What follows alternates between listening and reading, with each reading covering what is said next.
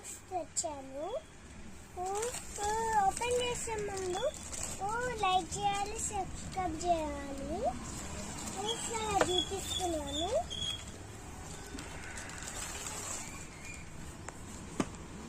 ఇది నొక్కితే సిజర్ వస్తుంది,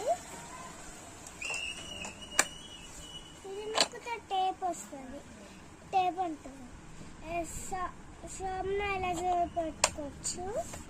ఇది నొక్కితే టేప్ వస్తుంది.